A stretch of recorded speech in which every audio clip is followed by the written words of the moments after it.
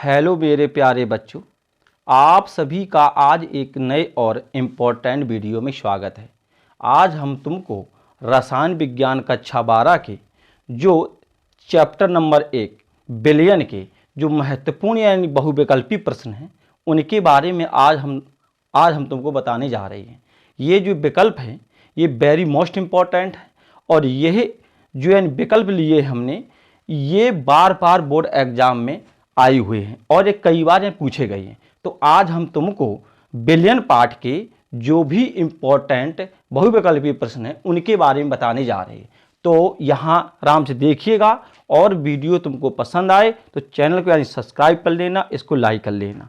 और एक बात और है कि हम तुमको कक्षा 12 के रसायन विज्ञान, भौतिक विज्ञान, मैथ और जीव विज्ञान जितने भी कोर्स है सब डे बाई डे तुमको इसी प्रकार से मिलते रहेंगे।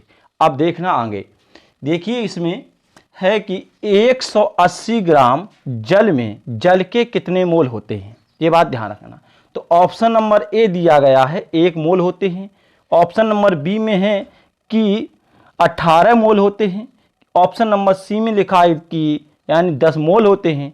किसमें लिखा है कि यानी 100 मोल होते हैं। तो देखिए जो 180 ग्राम जल में जो यानी जल के जो मोल होते हैं वो कितने होते हैं, 10 मोल होते हैं। वो इस बात में ध्यान रखना कितने मोल होते हैं बेटा, इसमें 10 मोल होते हैं। ये तुम्हारा ऑप्शन नंबर जो सी दिया गया ये तुम्हारा राइट आंसर है। इसके बाद देखिएगा आशुद्ध या शुद्ध जल की मोललता है, ये वेरी मोस्ट इंपॉर्टेंट है। इस बात में ध्यान रखना कि आशुद्ध या शुद्ध जल की मोलरता है कितनी है। ऑप्शन नंबर ए में लिखा है 55.56 होता है कि 18 होता है कि 49.87 होता है कि ऑप्शन नंबर डी में लिखा है 81 होता है। तो तुम्हारा जो ऑप्शन नंबर ए दिया गया है ये एकदम राइट है। जो अशुद्ध जल या शुद्ध जल की जो मोललता होती है वो 55.56 होती है, ठीक है ना। अब देखिए यानी क्वेश्चन नंबर तीसरा में आइए, निम्नलिखित में से कौन सा विलयन अणुसंक गुणधर्म नहीं है, इस बात में ध्यान रखना। तो ऑप्शन नंबर ए में लिखा है पृष्ठ तनाव, ऑप्शन नंबर बी में है परासरण दाब, ऑप्शन नंबर सी में वाष्पदाब अवनमन, ऑप्शन नंबर डी में है हेमांक में अवनमन। तो इन चारों में देखा जाए तो जो ऑप्शन नंबर ए दिया गया है पृष्ठ तनाव, क्या लिखा है पृष्ठ तनाव, तो इसका जे ऑप्शन नंबर ए एकदम राइट है, ठीक है। इसके बाद देखिएगा वाष्प दाब में अवनमन सबसे अधिक किसमें होता है, ये ऑप्शन नंबर ए में लिखा है 0.1 MbAcl2, ऑप्शन नंबर बी में लिखा है 0.1 M, इसके बाद लिखा है ग्लूकोज, ऑप्शन नंबर सी में 0.2 M यूरिया और 0.1 M NaCl। तो इन चारों ऑप्शन में अगर देखा जाए तो तुम्हारा ऑप्शन नंबर जो ए दिया गया है वो एकदम की सही आंसर है, राइट है एकदम।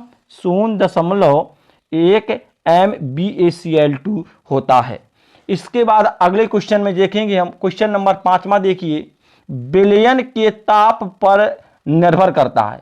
ऑप्शन नंबर ए दिया गया है कि द्रव्यमान प्रतिशत, ऑप्शन नंबर बी में दिया गया मोल अंश, ऑप्शन नंबर सी में है मोललता और नंबर डी में है मोलरता।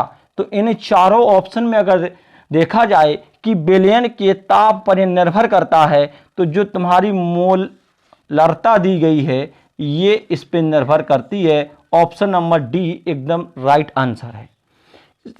अगला देखना, 1 मोलर जलीय विलयन में विलेय का मोल या प्रभाज है कितने में, 1 मोलर जलीय विलयन में ध्यान रखना। तो इसमें देखेंगे ऑप्शन नंबर ए में दिया गया 1 होता है, ऑप्शन नंबर बी में दिया गया 1.8 है, सी में दिया गया कि 18 है, ऑप्शन नंबर डी में 0.018।